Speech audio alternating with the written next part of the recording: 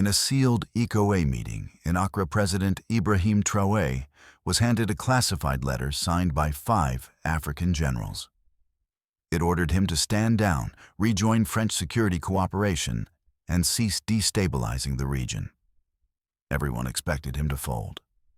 Instead, he asked one question that left the room frozen. Who do you really serve? What happened next shattered the entire chain of command and left one general in handcuffs. But here's the question that still haunts Africa. Can a young leader survive when truth becomes more dangerous than war? The air in the opera conference room was thick with quiet hostility. Suits and stars lined the mahogany table. Generals from Nigeria, Ghana, Cote and Senegal sat shoulder to shoulder, flanked by diplomats and aides scribbling notes. President Ibrahim Traore entered without an entourage, no translator, no advisor, just the desert-colored uniform he always wore. Sleeves rolled up, collar unbuttoned. General Christopher Musa, Nigeria's Chief of Defense Staff, cleared his throat and stood. "Mr. President," he began, deliberately avoiding the word comrade. "We have agreed upon a declaration for regional stabilization and mutual security enforcement." A junior officer passed the paper across the table. Traore didn't reach for it. "You're requested to cease all independent anti-terror operations," Musa continued, "and to re-establish cooperation with allied intelligence units, namely French and ECOA support teams." The room went silent. Someone clicked a pen, someone else coughed. Traoré looked up slowly, eyes unreadable. "Requested?" he asked. His voice didn't rise. It never needed to. Musa stiffened. Failure to comply could trigger coordinated sanctions. You risk alienating your neighbors, your people. Traoré leaned back. "My people are not your bargaining chip." Across the room, General Chase Sarr of Sago muttered something under his breath in French. Traoré heard it. He stood. "I won't be dictated to by men who never set foot in Djibo, who never stood beside our soldiers when the bullets didn't stop at 5-0. He turned and walked out without the letter. Outside, a young journalist whispered to her cameraman. Did he just walk away from all of ECO? No one could answer her, but inside that room the chain of command didn't just tremble. It cracked, and none of the generals saw what was already set in motion. 2 nights before the Accra summit, Ibrahim Traore sat alone on the rooftop of Kosam Palace, watching the city lights flicker through the Saharan dust. A rusted military jeep had rolled up quietly, headlights off. The man who stepped out wasn't listed on any delegation manifest. Lieutenant Yao from Côte d'Ivoire, once embedded with the ECOWA's Joint Command, now defected and trembling. Yao didn't speak at first. He simply handed over a sealed envelope, his hands slick with sweat. "They think you're a child with a flag," he whispered, "but you need to see what they've planned." Inside the envelope was a copy of the same letter General Musa would try to hand him days later, word for word. But attached was something more damning, a dossier detailing a covert operation titled Sand Return. Its objective was clear: to reinstall French-backed special units in the northern corridor of Burkina Faso under the guise of regional assistance. Traoré didn't react. He simply folded the letter, slipped it into his pocket, and dismissed the lieutenant with only one sentence: "Don't go home." By the time he landed in Accra, every handshake felt colder, every smile a performance. He watched the generals talk about protocol, regional unity, shared intelligence, as if the betrayal hadn't already begun. When General Musa presented the letter in that meeting, Traoré already knew, every line, knew which general signed it. First knew who suggested the language, knew who wanted him erased, not by assassination, but by slow obedience. He let them speak. He let them posture, because silence in that moment was his sharpest blade. And in his pocket, that folded letter burned like a quiet match waiting for the wind. 3 weeks before the Accra summit, a private jet landed under the cover of night at Nnamdi Azikiwe International Airport in Abuja. No press, no protocol. Inside a heavily guarded villa tucked behind the Ministry of Defense, 4 African generals gathered at a long table. General Christopher Musa of Nigeria, General Char of Senegal, General Mensa Abuag of Ghana, and General Kony Youf of Côte d'Ivoire. The French liaison was already seated sipping coffee, a folder of maps in his briefcase. They spoke of rising jihadist threats, the chaos in the Sahel, and the recklessness of Traoré's government. But beneath the concern was something sharper, a fear that a young Burkina officer with no colonial allegiance might spark a movement too contagious to contain. The Frenchman opened the folder and spread satellite images of Djibo Goram Gorom and the Boule du Muhun. We propose reactivating our intel stations, light footprint, all through ECOW authority. General Musa hesitated. And what if Traoré refuses? General Sarr didn't blink. Then we isolate him. We cut supply lines, trigger a border panic, make his people question his leadership. All nodded. By the end of the meeting, the pact was sealed not with signatures, but shared silence and handshakes. Operation Sand Return was born an effort framed as stabilization, but engineered to reinstate French influence under African faces. They underestimated one detail. A clerk in the logistics unit loyal to Burkina Faso snapped photos of the maps and documents. 2 days later, they reached a defector named Lieutenant Yao, and when Traoré unfolded the letter on his rooftop in Ouagadougou, he didn't just see betrayal. He saw war dressed in suits, hidden behind protocols. And he understood then the enemy was no longer just in the forest. It was at the table. The tension in the Kosham Palace war room was suffocating. Maps lay spread across the long table, red markers circling suspected insurgent corridors, but no one was looking at them. All eyes were on President Ibrahim Traore, his arms folded, his face unreadable as his cabinet tore itself apart. We are not ready for this kind of isolation. The finance minister said, his voice cracking. Nigeria is threatening to freeze regional transfers. Ghana is holding our shipment of medical supplies. Across from him, the Minister of Foreign Affairs added, there is still time to negotiate. We could resume coordination with Ishawa's intel forces, at least symbolically.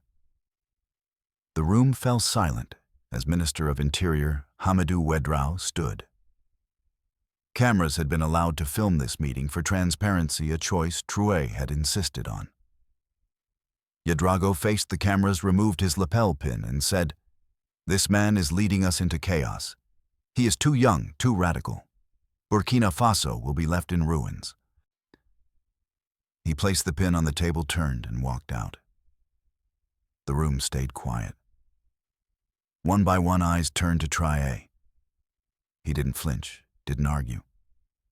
He simply gathered the maps one by one, rolled them up, and walked toward the window. They want us to believe we were never meant to lead ourselves, he said quietly, that we're only safe when watched. He didn't raise his voice. He didn't fire a single minister. He simply whispered something to his aide before leaving the room. Call the commander and FOD. What his cabinet didn't know, what even his closest allies couldn't yet guess, was that the real battle had already begun, not in the fields, but in the shadows of loyalty, and Traoré wasn't planning to argue anymore. He was planning to move. At precisely 3:17 a.m., the ECOA controlled communication tower outside Foden Gorma went dark, no signal, no response, for 37 minutes.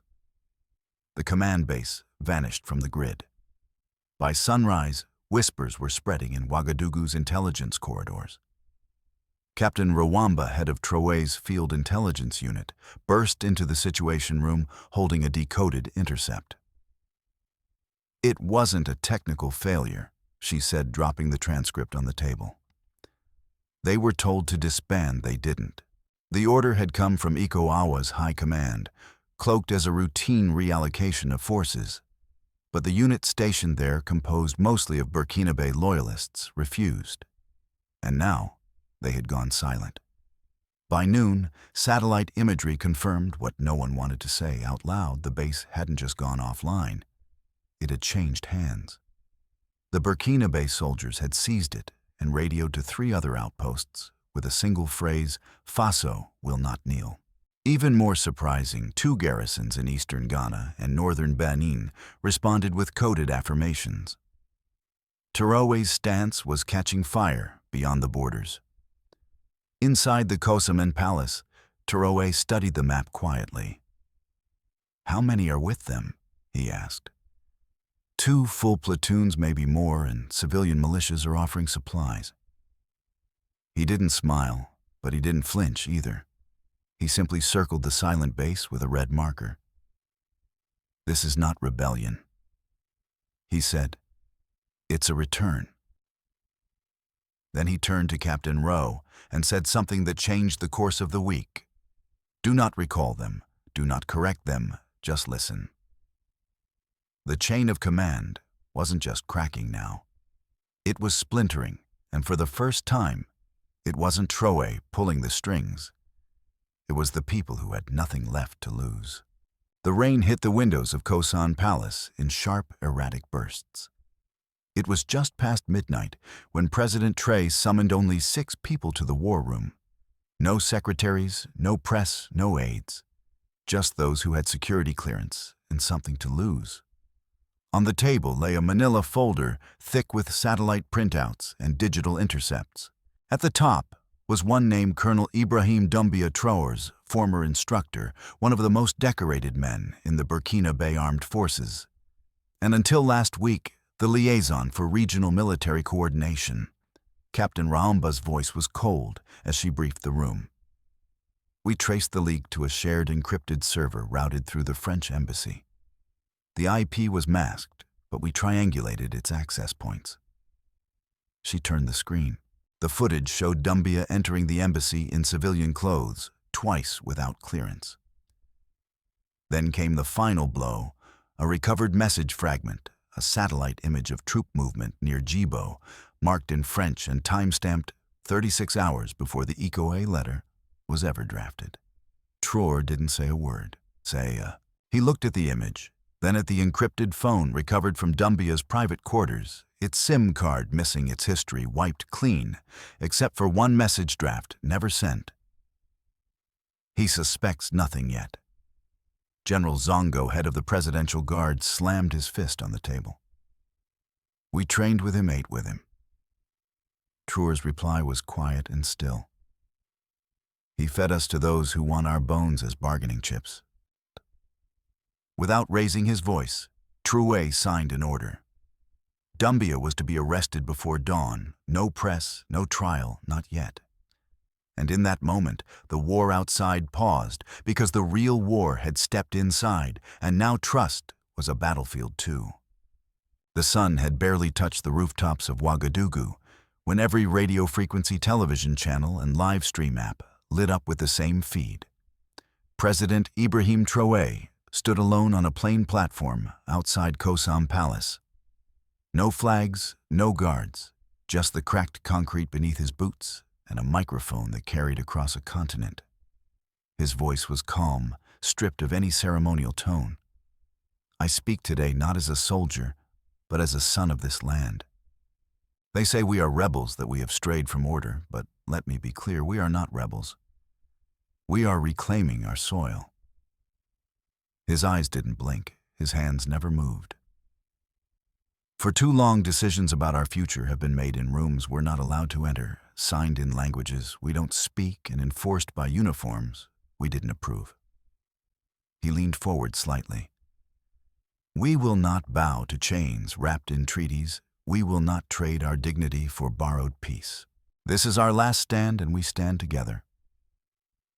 Then the screen went black. Within minutes, TikTok and Instagram accounts across Dar Bamako and Abidjan were flooded with clips of the broadcast. In Lagos, students rewrote his speech into a chant. In Kinshasa, youth spray-painted "No More Chains" on embassy walls.